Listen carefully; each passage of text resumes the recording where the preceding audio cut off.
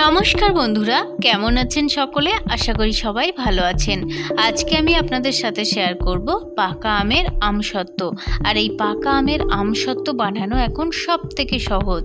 শুধুমাত্র কয়েকটা tips follow করলেই কিন্তু তৈরি হয়ে যাবে পারফেক্ট আমসত্ত্ব। এখানে আমি 1.5 কেজি আম নিয়েছি, পাকা আম। প্রথমে পরিষ্কার করে জলে ধুয়ে নিয়ে আমগুলো একে একে ছাড়িয়ে নেব। বাজার থেকে তো আমরা প্রত্যেকেই কম বেশি আমসত্ত্ব কিনে খাই। একবার নিজের হাতে বানিয়ে দেখুন, খেতে খুব সুস্বাদু হবে। যেমন টেস্টি তেমনি স্বাস্থ্যকর হবে।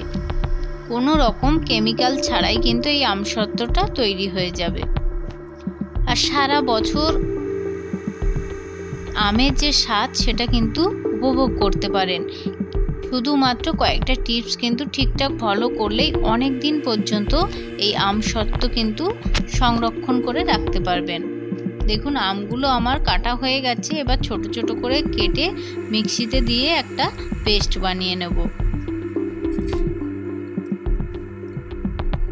আর ভিডিও দেখতে দেখতে একটা ছোট্ট রিকোয়েস্ট করব, যারা সুচির রান্নাঘরে প্রথম, অবশ্যই চ্যানেলটাকে সাবস্ক্রাইব করে সঙ্গে থাকবেন। আর হ্যাঁ, লাইক শেয়ার কমেন্ট করতে কিন্তু একদম ভুলবেন না। দেখুন, আমগুলো আমার কাটা হয়ে গেছে। মিক্সিতে দিয়ে একটা পেস্ট বানিয়ে নেব। পেস্টটা খুব ভালোভাবে করতে হবে, যেন কোনো রকম দানা দানা না থাকে।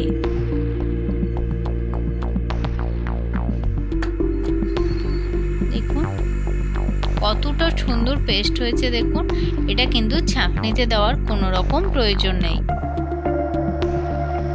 ভালোভাবে পেস্ট হয়ে গেছে।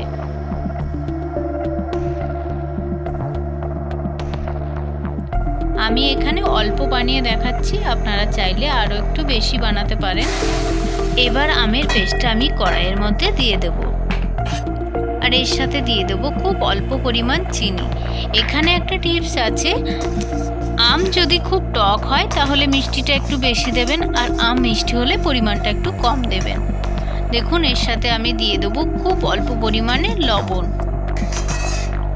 দিয়ে ভালোভাবে কিন্তু নাড়তে হবে, অনবরত নাড়তে হবে, নাহলে কিন্তু তলায় লেগে যেতে পারে। মিডিয়াম টু লো হিটে রাখতে হবে। দেখুন কেমন ফুটছে, ঠিক এইভাবে কিন্তু মিডিয়াম টু লো হিটে অনবরত নাড়তে হবে। আর আমি সব শেষে আমি দিয়ে দেব ভাজা জিরে আর শুকনো লঙ্কার গুঁড়ো। যেহেতু এটা মশলাদার আমসত্ত্ব হবে, সেজন্য খুব অল্প পরিমাণ 1 টিস্পুনের মতো দিয়ে দিয়েছি। আপনারা চাইলে দিতে পারেন, না চাইলে নাও দিতে পারেন। ঠিক এই অবস্থায় কিন্তু আরও কয়েক সেকেন্ড কিন্তু নাড়াচাড়া করতে হবে। টোটাল আমার এখানে 12 থেকে 14 মিনিট লেগেছে, যেহেতু পরিমাণটা কম ছিল সেই জন্য। আর থিকনেসটা কিন্তু দেখবেন, যখন একটু ঘনত্বটা একটু গাঢ় হয়ে এসছে সেই অবস্থায় কিন্তু ঢালতে হবে। তার আগে থেকে আমি একটা থালার মধ্যে অল্প তেল ব্রাশ করে নেব। গরম অবস্থায় আমি ঝটপট থালার মধ্যে আমের যে পেস্ট সেটা কিন্তু ঢেলে দেব। বেশি দেরি করবেন না, ঠান্ডা হয়ে গেলে কিন্তু হবে না, তাহলে কিন্তু আঠা আঠা জমে যেতে পারে।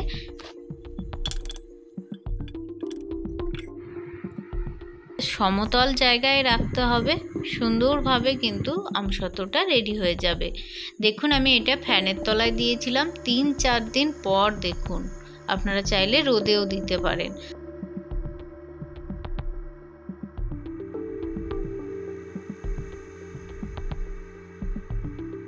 এবার আমি আমসত্ত্বটা তুলে দেখাচ্ছি কতটা সুন্দর হয়েছে। খুব মোটাও না আর খুব পাতলাও না, একেবারে পারফেক্ট হয়েছে। দেখুন কতটা সুন্দর, কোথাও কিন্তু কোনোভাবে ছিঁড়ে যায়নি।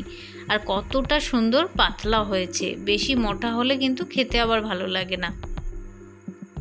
একটা জুসি জুসি ভাব থাকবে, খুব একটা ড্রাই না, খুব সুন্দর হয়েছে। দেখুন, এবার আপনাদের পছন্দ মতো সাইজ অনুযায়ী কিন্তু কেটে নিতে পারেন।